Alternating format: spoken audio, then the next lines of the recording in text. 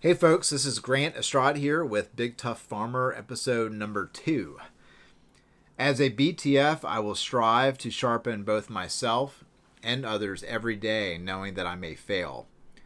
I will start each day anew by influencing what I am able to do relative to my own skills and talents.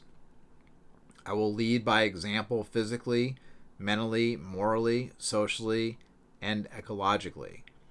I will incrementally do the work required to elevate myself, my goals, my team, and my leadership abilities.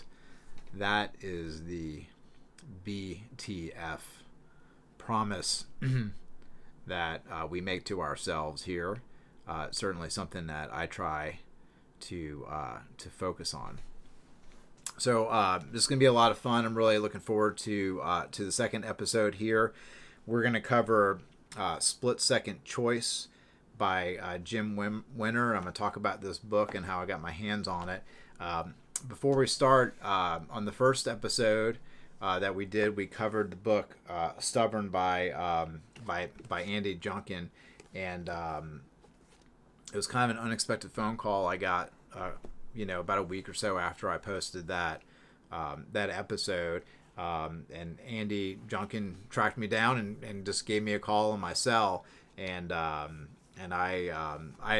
told me how much he appreciated the podcast or the YouTube channel, whatever you want to call this platform, and I was like, no man, I really appreciate you for calling. So the conversation was, I appreciate you for this. No, I appreciate you for this. And so the takeaway from that is that's how we sharpen ourselves. So he was a great communicator, and he wasn't shy about reaching out. He was very proactive with reaching out, and I really did appreciate that. And that says a lot about him, and it says that he's actually walking the talk, so to speak, of the stuff that he talks about in the book. So that was like a really cool call to get. So I just wanted to mention that. I don't know Jim Winter very well. I met him and spent a little time with him. He is at the time, his family owns the Dale Carnegie franchise in Baton Rouge. And if you're not familiar with Dale Carnegie, he wrote How to Win Friends and Influence People. And that company is broken up into franchises, and they have geographic territories. And they put on professional development training, communication, public speaking, things of that nature. And I had been involved with the New Orleans franchise, both as a student going through it and as like an assistant, instructor, volunteer kind of thing. I did for a couple of years over there, and for a while before we started the farm or anything, I was looking at getting into that as a not necessarily as a full-time profession, but as something to do as a part-time, professional kind of thing. And I still, obviously, I'm doing this channel, so I'm still very involved in, bettering myself and wanting to better people that I am in touch with. That's what we're doing here on the BTF thing, working with fellow farmers in agriculture who, unfortunately, a lot of folks may think that this type of material may not suit agriculture, and that's completely total bullshit. This stuff has a place in agriculture because as farmers, we're professionals. We have a lot of skills, and we need to train ourselves to develop those skills and develop new skills. So we are, as any profession, worthy of training as any other profession. I would argue that there's so few of us, and our job is so important, growing food, that if anybody, if any group deserves this training, it's us. So anyway, so I got exposed to Jim, and I really did like him. Really did like his group, and I held on to this book because it really did speak to me, and it talked about some stuff that a lot of folks don't necessarily identify as a cycle, right? So like, what are your typical cycles that you identify? The longer you get into something, you start seeing these themes that are reoccurring, right? As farmers, we see themes in the weather, the climate, the soil, the growth, so we see all these natural cycles that are happening. And it's the same thing that happens inside of us and with groups of people. So there's all these cycles that tend to repeat themselves. And the more that we become aware of the cycles that happen, the better we can, prepare for them, adjust to them, and work with them to where they don't run us over like a locomotive, like a runaway train. So we need to start recognizing these, these cycles, sort of a thing. A cycle that some of you guys may have, or a pattern that's a part of a training model is called the OODA loop, OODA. And that stands for observe, orient, decide, and act. And we're going to cover the OODA loop later on. A pilot wrote about it, and it's important because whenever you're learning something new or you're doing something dynamic on the farm, very quick pace or a repetitive thing. I was showing a staffer something with tools today that he's learning, and so I go, look, he was using this tool over and over again in a very repetitive way, and so I go, look, while you're doing this, just don't do it this one static way. Change how you're doing it, the angle and the position, or you're standing or you're sitting. Everybody has a different way that they want to do it, so I want you to play around with it a little bit. And so I told him about the OODA loop. So I was like, you're gonna observe what's happening, you're gonna reorient yourself, you're gonna decide that this is what you're gonna do, and then you do it, and then you observe how that went again. And so if you constantly, every rep you get in, if you're applying the OODA loop into it, you're going to learn really fast. You're going to have direct feedback after every repetition. And so that's a pattern and a cycle that if we're aware of it happening while we're learning a new skill set, then we can get better at it much faster than if we were not aware that was happening. And so another example of an OODA loop would be public speaking, right? So if you get in front of a group and you start talking, and you need to observe the people that you're talking to. So when you're making, you're in front of a group of people, you're not talking at them, you're not talking to them, you're having a conversation with their group is your mindset. And so as you're talking to the participants in the audience, you want to make eye contact with everybody. And as you're making eye contact with everybody, if people are kind of like looking at their watch and they're falling asleep or they're looking around, you need to immediately observe that. And so then you need to reorient yourself and like, hey, obviously I'm boring these people to tears, so maybe I should throw in a story with all these things that I'm talking about. And then you need to decide, act, reobserve, and maybe all of a sudden everybody stops looking at their phone, stops looking at their watch, stops looking around, they start looking at you, and then you're like, okay, I got their attention. And then so you constantly do that while you're giving any kind of in-person talk or speech or lesson. So you're these OODA loops are everywhere, and it's how we learn, right? So anyway, so in the Split Second Choice by Jim Winter, he identifies this commitment cycle. And this is really important because many people get into farming and they end up burning out, and they might do it for a couple of years, and then they say, I'm not doing this anymore, and they burn out, right? They go from an urban environment to the rural environment. They quit their job, or they retire from a career, and they want to get into a farming career, and they're not successful. So that happens a lot. Another thing that happens a lot is a farm, a generational farm perhaps, they refuse to change what they're doing and how they're doing it. And so they go out of business because they refuse to change, right? So those are two very common themes in agriculture that we see. And so there's a pattern to that. And so, with the person who decide to get into farming and they have never been in farming before, they burn out is the pattern that they see. So they don't, they just burn out.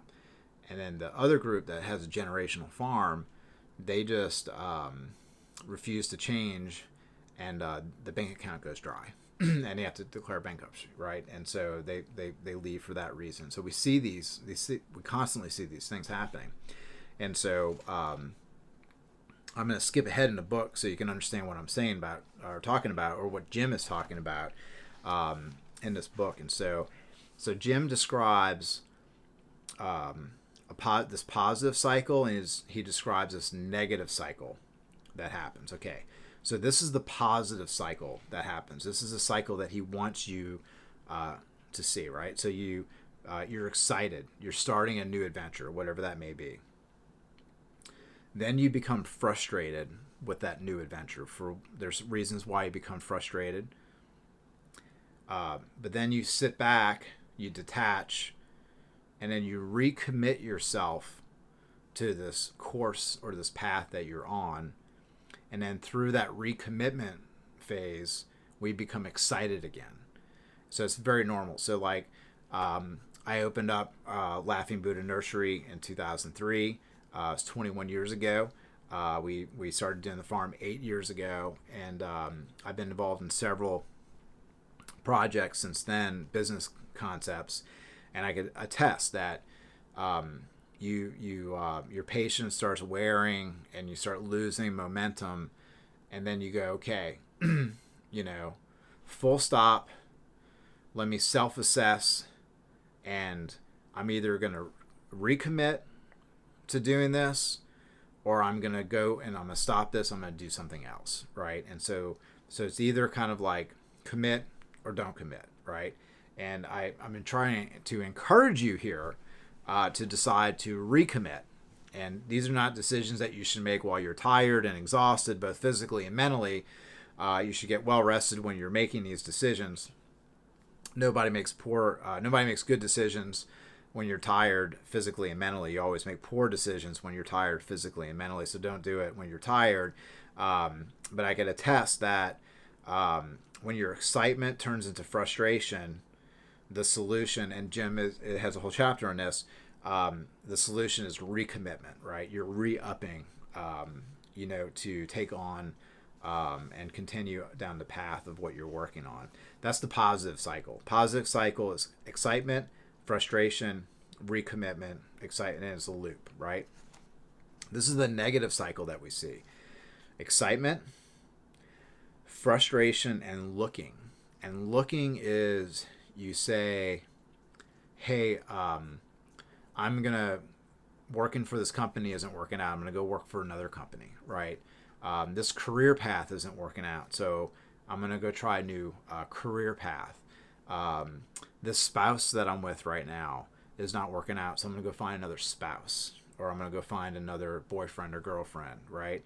And so you get excited, you get frustrated, and you do not detach, and you do not assess, and then you just start looking for the least path of resistance, the path of least resistance. That's what we do as humans. As human beings, we want the easiest path, and we want the kindness path, the path with the least pain, and we're going to start looking for the door. We're going to start looking for the exit strategy, right? And I will say that a friend of mine taught this to me a long time ago. He used to say, quitting is cool.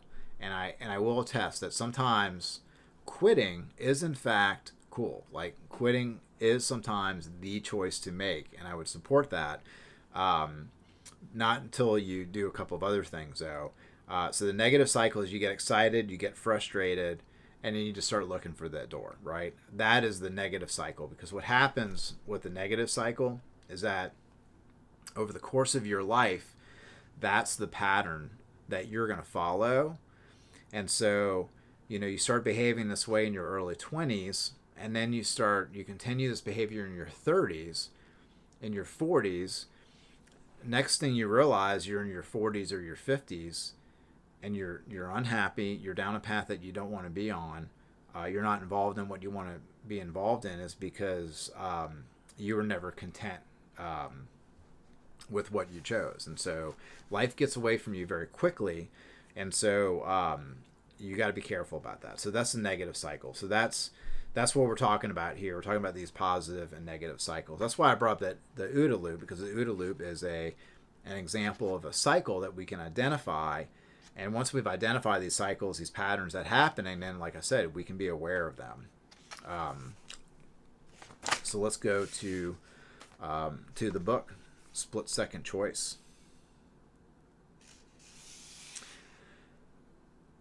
Attitude is frequently regarded as an issue that each person must confront individually, yet it is not just an individual issue. Groups and teams have attitudes. Corporations have attitudes. And while leadership is an important component in the search for a positive, progressive attitude, evidence suggests that individuals hold the key to a group or company attitude, because the attitude of these organizations is the sum total of the attitudes of its individuals. Because individuals are in control of the group's attitude, they hold the key to success and the quality, movement, and to organizational success as well.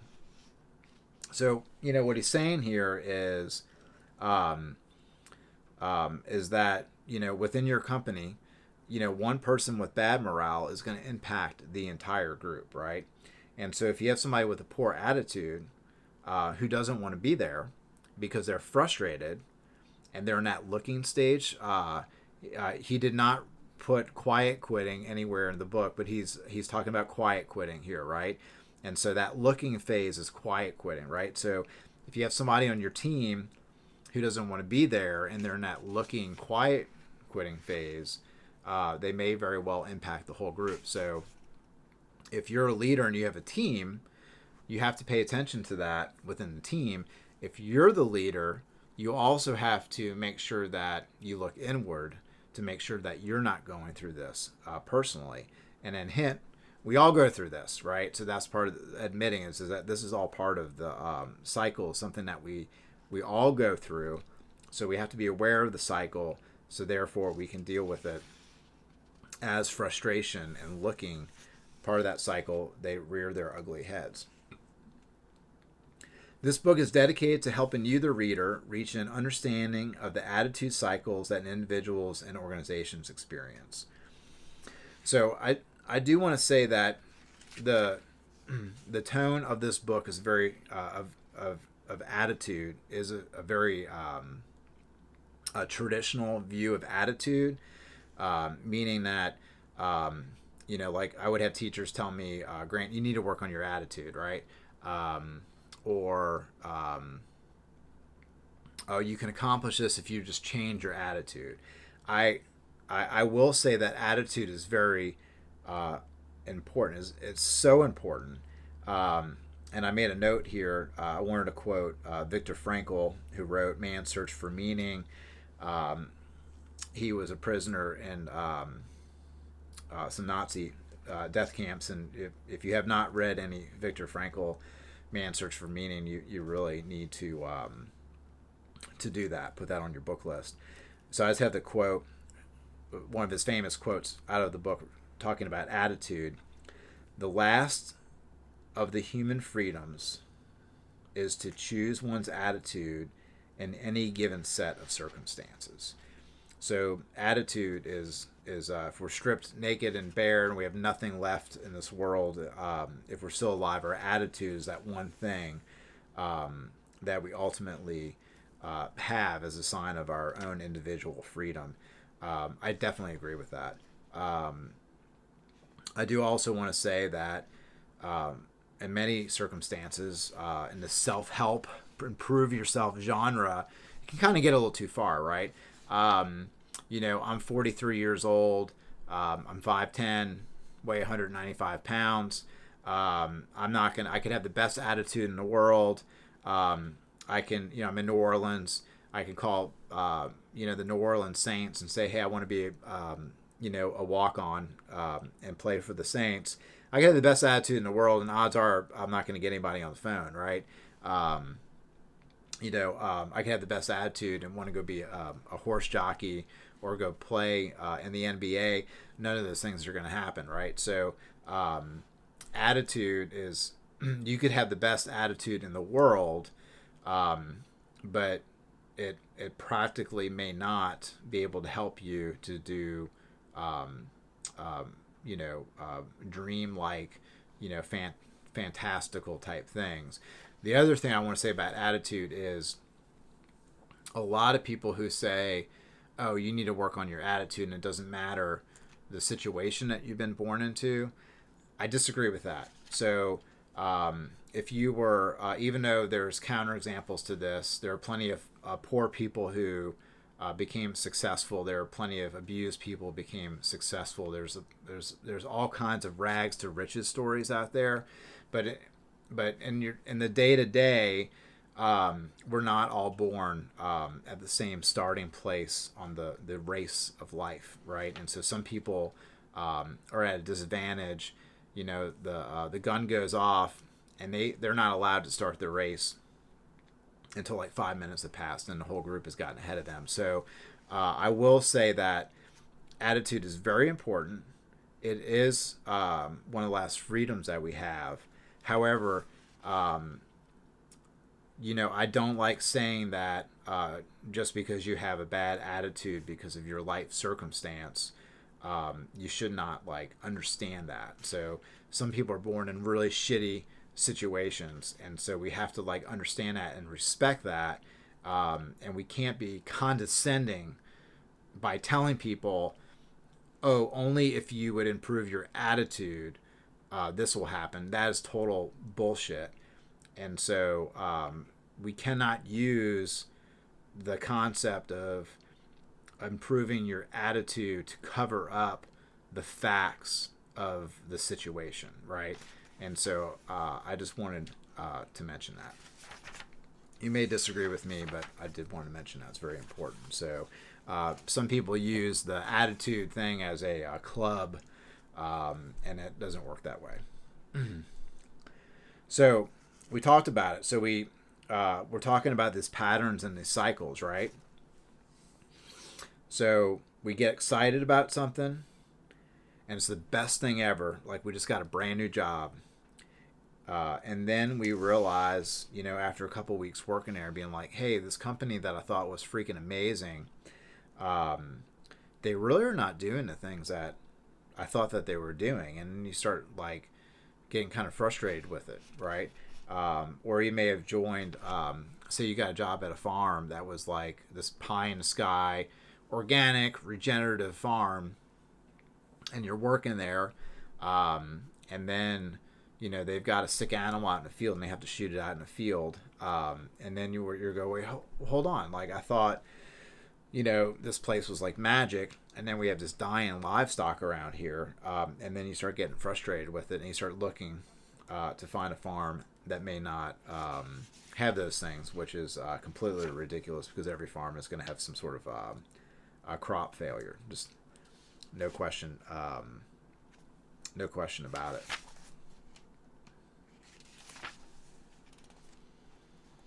So this is the excitement phase.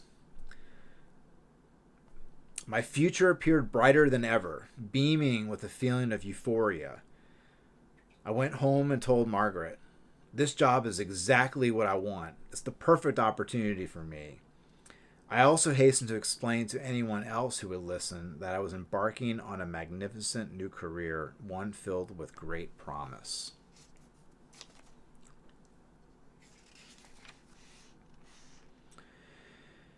And then, some things start, kind of getting diminished a little bit.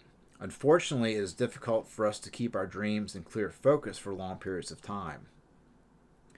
Maintaining a high level of commitment over the long term is equally challenging. So after the excitement phase, we start entering into the frustration phase. And this is really,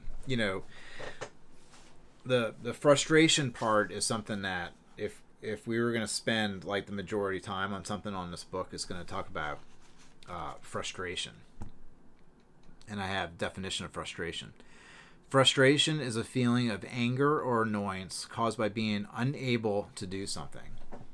It is also defined as the act of preventing something from being achieved. Excuse me. Frustration can be caused by various factors such as lack of resources, lack of skills, or external factors such as rules and regulations.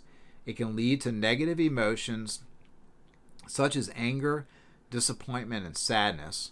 Frustration can also be a motivator for change and growth. So let's talk about the frustration thing. So there's a couple little things to look out for. So in this frustration, remember, this is the negative cycle, right? We get excited about something, and then we start getting frustrated, right? And so it starts talking about discomfort here. Discomfort is attached to the new habits and skills we are developing. It is perfectly natural part of learning process, and it's okay to feel frustrated, especially when we take on new challenges. And so, we basically start saying, hey, like we're changing, like we're pivoting the farm in a new direction, or we're starting to farm, and we have to learn this whole new skill set, and it sucks. It's painful. It's uncomfortable. We're wet. We're getting injuries. We're getting cuts. We're getting rashes. We're getting bitten. List all the things where it's uncomfortable. Equipment is breaking, and so we start going through really uncomfortable things, and it may be heavily tied to the fact that we're learning new skills and new habits that we've never done before. So, it's like I've never fixed this thing before. I've never done this thing before. And holy shit, it's a lot of work. It's like if you've never put up fencing before, you're learning how to do it. And then it's already hard on top of you learning how to do it. So you're there's a lot of discomfort, going on with it. And that discomfort can also lead to shock.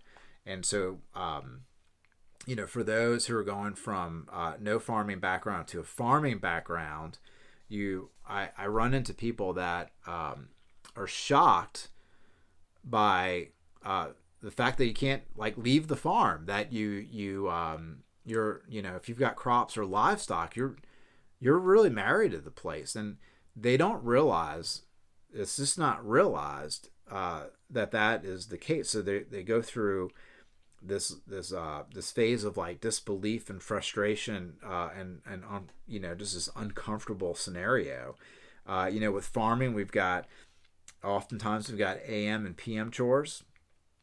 It's definitely hard to leave town unless you've got your team trained in order for somebody to be at the farm, take care of the place. It's 7 days a week, 24/7. So shit can go down overnight. It can go down during the day, go down in the morning or the evening, and so things can happen. Things are going to die. Things are going to get broken. You may put some things out of their misery. The weather is unpredictable, right? And so you go through the shock of holy shit, this is really hard, and I was not expecting this. And so, you read a book about farming, and you get super excited. And then you start doing it, and then again, you're like, holy shit, what did I get myself into? And so, we're not going to go through the whole thing, but, there's discomfort, there's shock, denial, fear, anger. And so, and I'm also going to, frustration is a form of anger, right? Frustration and anger are very closely tied with one another. So the negative cycle, again, we get excited, and then we start getting frustrated, and frustration can be several different categories of frustration that he has in here: shock, denial, fear, anger, justification, and acceptance. And justification is I can't do this anymore. You could say, I'm not good enough, I'm not smart enough, I'm not talented enough to do this. Or you can say, I can't have a life, with doing this farm or whatever, because, farming is very much a lifestyle business, right? If you are working at a bar or a club or a nightclub, whatever it is, oftentimes that is nighttime work, right? So you're nocturnal. So you're reporting to work, anywhere from 7 to 10 p.m. You're going to clock out, 4, 5, 6 in the morning. And then your evening is when everybody else is waking up and going to work, and then you're kind of a vampire. You're sleeping during the day, right? And so I know that because I did that while I was in college. And so working at night is, especially in a bar type environment, is a lifestyle type occupation, because that's your schedule, right? When you're farming, because you need to be on farm all the time because of the weather, because all of these things, it's a lifestyle, gig. And so some people say, hey, this is not working out for me, because I want to be able to go to cocktail hour when I want, or I want to be able to go out of town whenever I want. They start justifying. And again, in many situations, I think quitting is cool. I think that, if you chose something and it really is not for you, you need to be decisive enough to make the decision to quit and move on. But I'm here to tell you that I also want you to be successful. And so if you really want to do this, know that you going through this cycle is something that we all go through, and it's part of the process. And unless you're told that this is something that everybody goes through and is part of the process, you're going to think that you're special and different, and you're unique, and that you're feeling these things, but you're not. And so that's what we're here. That's a big thing that we're here to discuss. And then acceptance. You're going to quit, and then you start looking for something else, right? And again, it could be your own farm. It could be working on another farm, or whatever it may be. Then you just start looking for something else, right? And, we see this a lot of folks who get into the intern farm gig, is that they hop from one farm to the next, one opportunity to the next. They might be going through woofing, or they might be going through everybody's intern program, which is really good. Like, if you're looking to get as much experience as you possibly can, that's awesome. If you're looking for, the unicorn farm to work on, you're in a constant state of looking, and honestly, you're never going to find it, right? So important to understand that cycle that you're going through. It's absolutely so important to do that. And I just can't say it enough. It's just so important that you identify these patterns that you get yourself into. And so I just have a note here. Again, this acceptance part. I have, otherwise known as quiet quitting in my notes, because that's the term that we use currently, is quiet quitting. And this is here from the book. In the acceptance subphase, I decide and mentally accept that I am no longer obligated to meet my original commitment. I am still working for you, and I may continue to do so for years if you allow me to, but I am apathetic and uncommitted. I'm in a sort of mental semi-retirement state.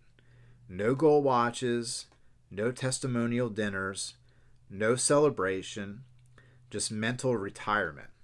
Everybody knows it. I throttle back, and the rest of the staff picks up the workload. Things move along as usual. And I made a long note in here, and there was actually a time where I did quiet quit. And this is me writing. I wrote a note in the book. I myself have done this. While in a hybrid position, one part stakeholder and one part employee, I developed a 12-month exit plan after I was purposefully left out of a year-end bonus program. The reason I was let out was because I had already made enough money for the year. For a self-motivated person like myself, having a success cap artificially placed on me was a death blow to my commitment. And that is absolutely true. I'll never forget the phone call. It was, I was out of town. It was a couple days before the new year at the end of December. And I found out that I was not getting a significant bonus.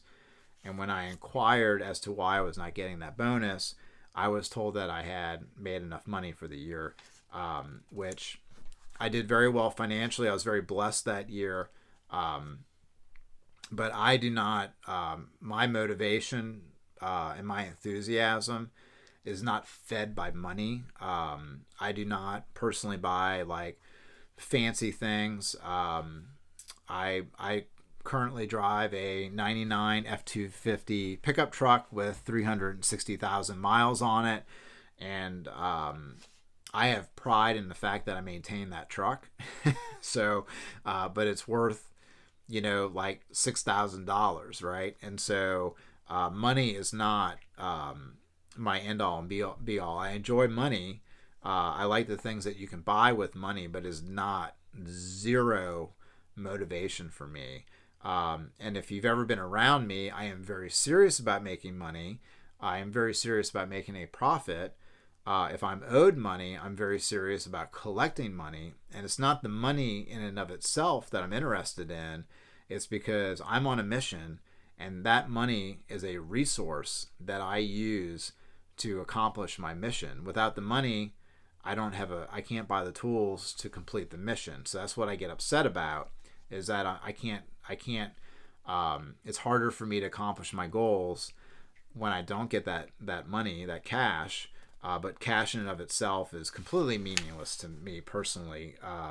That's just me personally. And so anyway, so when you go through this negative cycle of excitement, frustration, and looking, and then this is the acceptance part of looking. I get it. I've been there. I've done it. I'm not proud of the fact that I did do it. I felt, and I still do, I feel justified in doing that. And I did quit. I came up with a very strategic 12-month plan that came to fruition, and that I engaged and I implemented that plan. And I did leave, and I did quit. I didn't quit right away because I wasn't ready to quit, and I implemented a very strategic plan to quit. And then the biggest reason I left there was because of the lack of leadership. And I realized that my level of influence was not good enough to change the morale of that particular situation, or the culture of that particular situation. And so I decided that was no longer a place for me. And to this day, I do regret that it happened. It is what it is. So the third phase, that looking phase, right? To escape my frustration, I began looking for a way out. This third phase, which I call looking, is where I start to find out what other opportunities might exist for me. It begins with scanning the want ads, or maybe checking with friends in the industry. To keep you, my boss, from finding out about my inquiries, I will do it all in a third-person manner.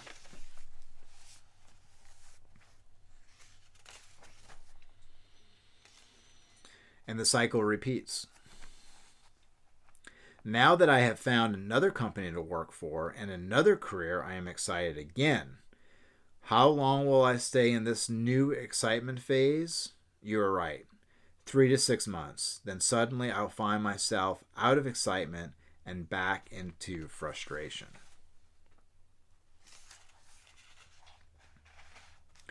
Normally, as we are organizing or shifting careers, We will stay within our chosen career field, especially if there are plenty of job opportunities. If the opportunities are scarce, we may have to relocate to maintain the same career pursuit. Sometimes we have to completely shift careers, moving and changing our line of work. Many people find themselves scanning the one ads on a regular basis. They are constantly shifting and moving. The problem with this is that they never stick with anything long enough to really excel.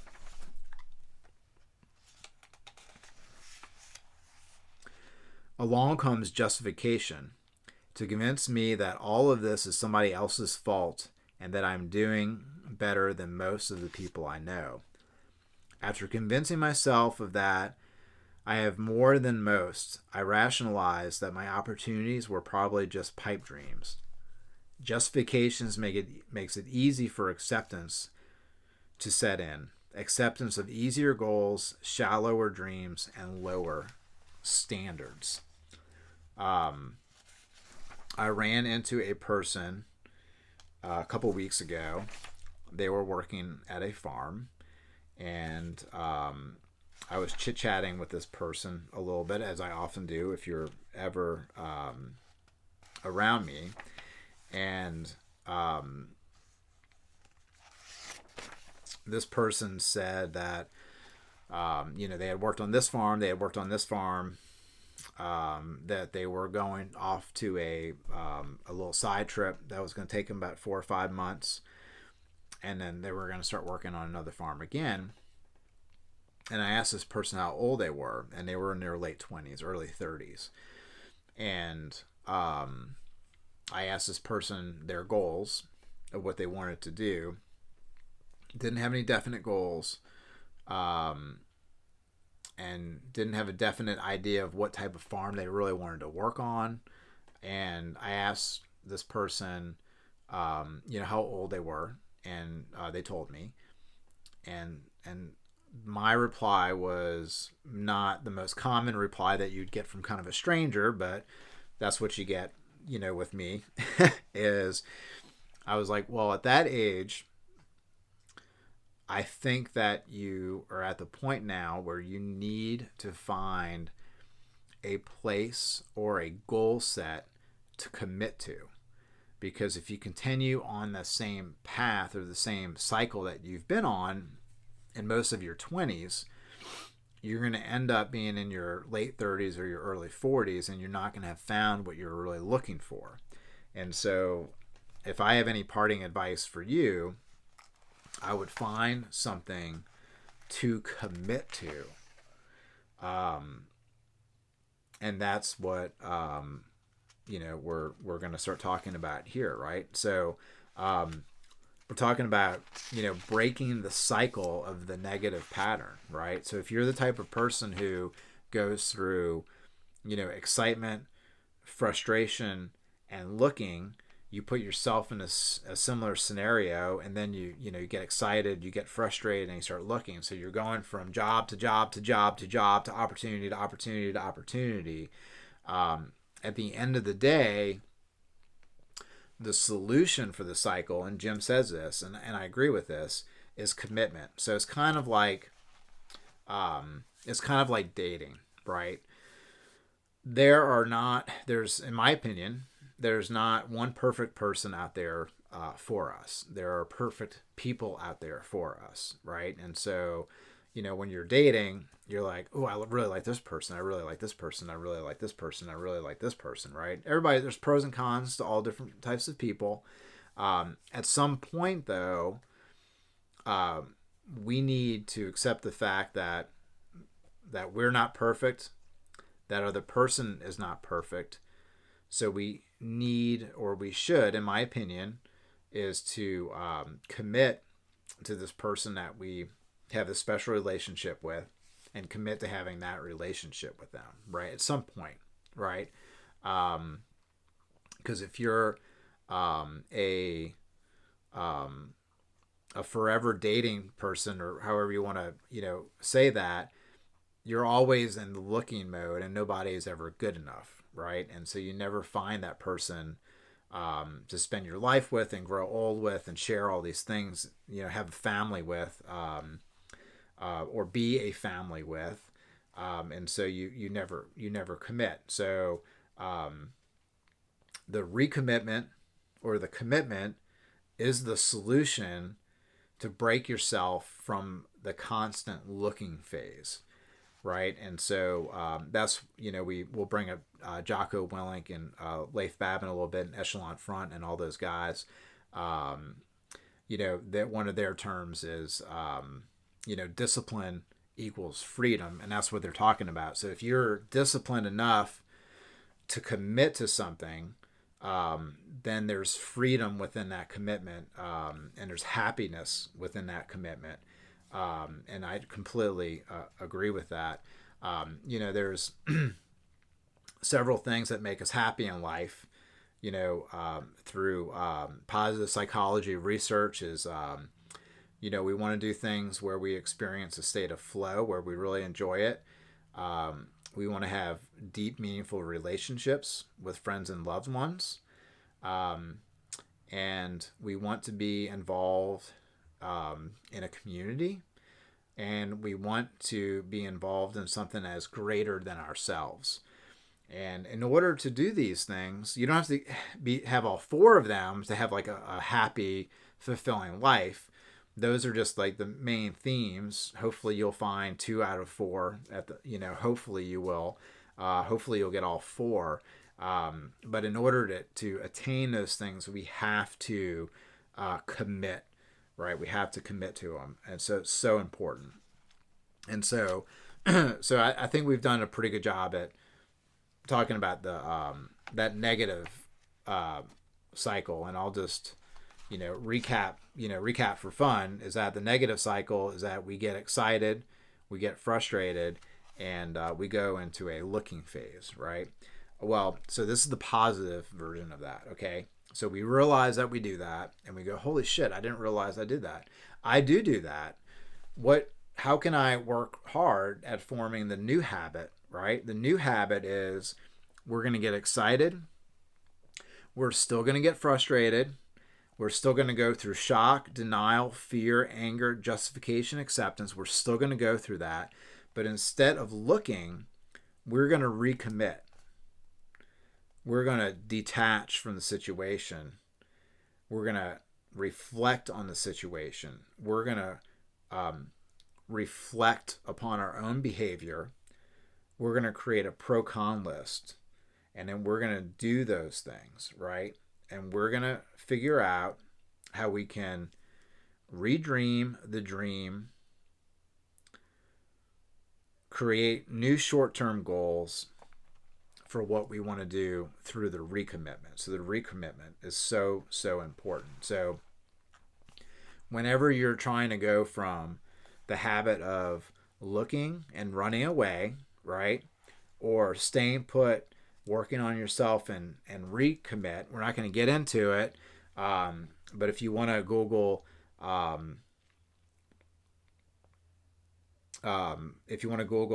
sorry, I'm having a brain fart here. Behavior cognitive therapy. There's a little triangle that they have, right? Thoughts, behaviors, emotions, right? Thoughts are connected to our behaviors. Our behaviors are connected to our emotions. Our thoughts are connected to our emotions.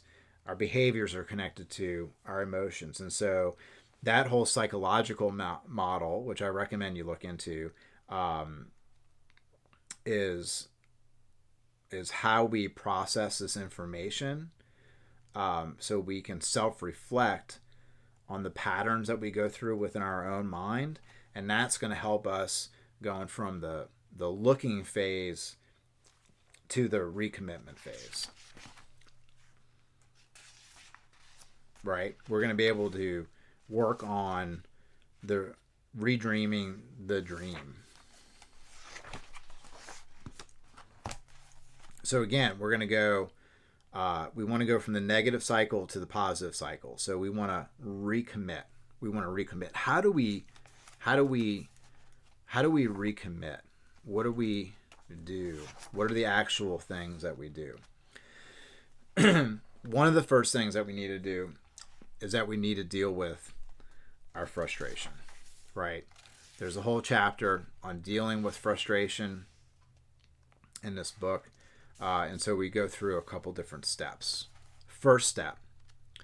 Your first step towards eliminating your frustration is to step back emotionally from the feelings of frustration. Detachment is a word that describes that. A psychological term is metacognition. Metacognition is where we think about what we're thinking about, right? So when you're frustrated, you have to say, hey, why am I frustrated? Why am I angry?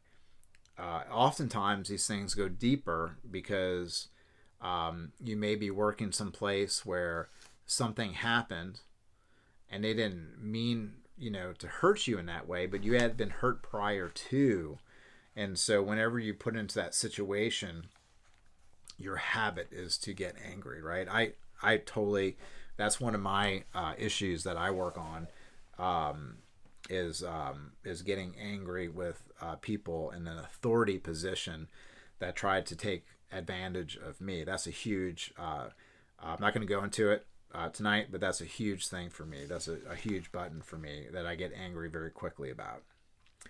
The second step, once we have made the decision to stay in control of our emotions and to constructively focus them, we can begin to identify the specific cause of frustration. We can start with a series of questions. What is irritating me? Why do I feel the way I do? Is it because I'm dissatisfied with my own performance? Is it because others are putting pressure on me? Is there an obstacle in my way that someone can remove, right? So we need to ask ourselves these questions. Am I trying to be perfect in an imperfect world? Am I expecting perfection from others? Is it because someone won't act, quote unquote, act the way I want them to, right? So we do this self-reflection to try to ascertain why are we getting angry and why are we getting frustrated. Third step.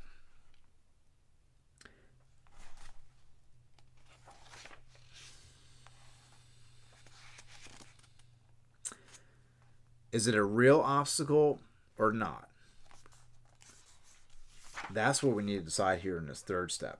Is this a real obstacle in front of me, or is this an imaginary obstacle? Knowing the difference will enable us to choose the most effective response. And so there is this acronym that you see in different places, FEAR, FEAR, and that stands for false evidence appearing real. And so you need to do a lot of self-analysis, self-evaluation, and reflection to figure out if the thing that you're frustrated about, is it real or is it imaginary? And then it may be imaginary because you're kind of bringing in some other things from previous experiences into this experience, right? An example on that is if you've ever been around with somebody that has the proverbial chip on their shoulder, meaning that they're pissed off all the time, they're a little angry, they're edgy, they've got a short fuse. They're bringing all their bullshit and all their shit from a previous situation into the current situation, which I completely get. We all do that. I've had one staffer so far in my career where I had to talk to this person and say, hey, you have a chip on your shoulder. Like, what's going on? Like, why are you acting this way? What's the deal? I'm not your enemy. And this person had some really bad previous experiences. And I did my best to talk to this person about those experiences, right? And so anyway, so we have to do some very deep work on figuring out why we're getting angry and why we are getting frustrated, right? And so that is a huge thing to breaking the cycle. Okay, second thing, breaking the cycle, and this is commitment, your quote unquote, your secret ingredient here.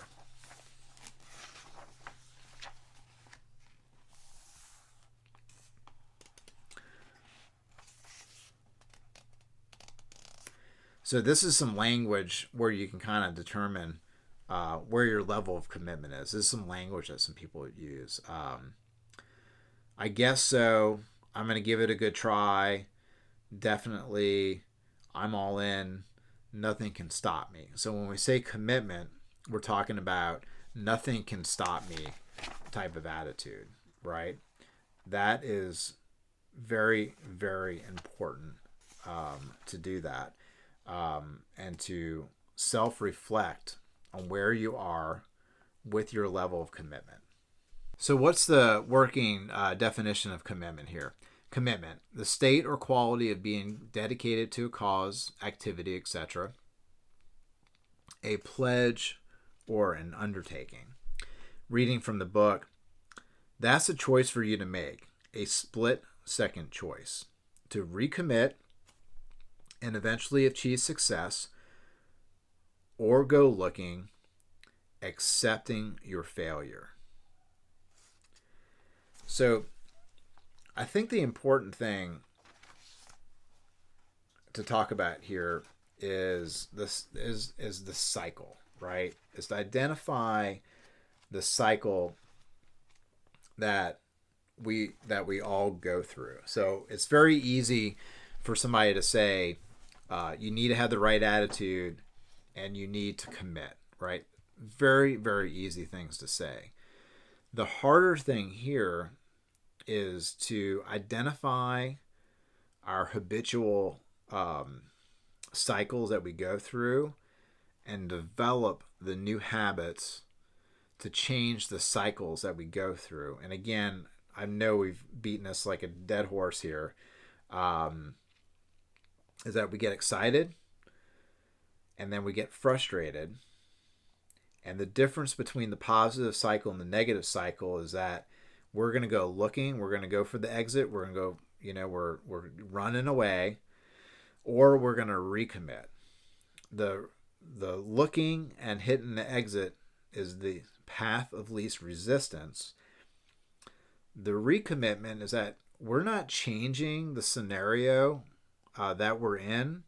We're changing ourselves, and that's the hard work that we have to do. And so whenever we do recommit, now I'm not saying stay in your shitty situation, right? So if you're in a like completely fucked up shitty situation, like you need to like come up with a strategic plan to leave that situation. If it's a toxic environment, if it's an unhealthy environment, you do need to leave. But you need to ask yourself, how did you get there in the first place? Like, what bad mistakes did you make? You need to take responsibility for placing yourself in that situation at the end of the day. And so if you do leave an unhealthy environment, in a way you do still need to go through a recommitment, because you still need to do the hard work of self-evaluation and asking yourself, why you put yourself into that situation. If you're going to stay in the situation, you need to recommit. I've had conversations with staff before where I could watch them going through these cycles, and I've had to ask them, hey, are you in or are you out? And usually by the time I have those conversations, they usually say that I'm out, and they kind of fire themselves. A big reason why I had to sit down and ask them that is because as a small business, I could not afford for them to quiet quit, right? So we don't have the budget to pay for quiet quitters on the team. If they're quiet quitting and if they're going through something, I'm going to have to ask them, to commit or to recommit, and I offer my help that I can give them. But odds are the help that I can give as a small business may not be enough, and they end up not sticking with it. We have had people who have taken us up on our offer of what we were able to provide as a small business, and that could be like a flexible schedule. They take a month off, we give them a breather. We just try to work with them as much as possible, and we commit to them, and then they can commit to us. So we kind of recommit, together, right? But there's still a recommitment happening, and so I just really want to stress that you need to identify these positive and negative cycles. It's super important. So look, we've only covered a little, like a fraction of the book, right? And the reason that I always am going to have a book associated with any of the episodes or the briefings that I do is because we're not going to be able to cover all of it. And so there's these books out there that cover this material. They're available, and I want you to go out and get these books, right? And so again, this is a split second choice, The Power of Attitude by Jim Winter. I think it's so important. There's not a lot of books that I've personally come across that talk about that cycles of looking and quitting versus recommitting.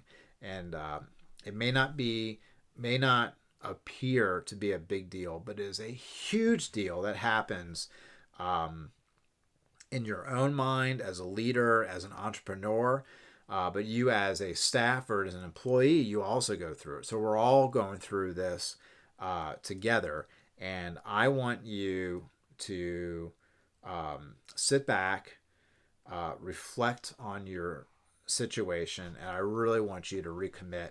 One thing that I personally do oftentimes is when I'm feeling super frustrated is I take stock of my situation and I ask myself, okay, if somebody would hand me this farm today in the current condition with the current equipment and with the current amount of money in the bank, you can make a list of all these things. Would I be able to hit the ground running with these resources to make this place better? And every time the answer is yes. I was like, yeah, if I walked in and somebody handed me the keys, no question, I would be able to whip this place in shape. And so I go through this mental, and I go through this mental exercise to help me recommit to myself. And it's just so important to do that. And so I encourage you to do it. I encourage you to check out Split Second Choice. If you don't like this book, that's fine. Just look into, the concept of commitment and the concept of discipline equals freedom. And I think that you might find some information out there for yourself. Remember, one of our goals here is to spend an hour a day using reading, using YouTube, using Audible or an audiobook, listening to qualified podcasts. 1 hour a day is what we're committing to improving ourselves. 1.2 hours a day, really, that's 375 hours a year. And the way that I came up with that number is that is the actual number of classroom hours that you spend if you are a full-time college student. So I encourage you to get your 375 hours in every year with these resources. It could be as if you are attending college every year for the rest of your life. And so hope everybody has a good one, and thank you for being here. Coming up on episode 3, we are going to go into A Bold Return to Giving a Damn by Will Harris. And actually, I've got something even better for you. We're not necessarily going to go over the book. We are going to have a live interview that we did with Will Harris while we were at White Oak Pastures recently. And so stay tuned to the channel. Please subscribe to the channel and please share the channel. And I'm really looking forward at sharing the interview that Will Harris was so gracious to give his time to going over the book and going over, the farming chatter that I like to talk with folks about. So we're not talking about farming specifically in our interview, but we're talking about some of the most important things that we should be talking about when it comes to having a farm business. So hope you're going to be there for that. Thank you.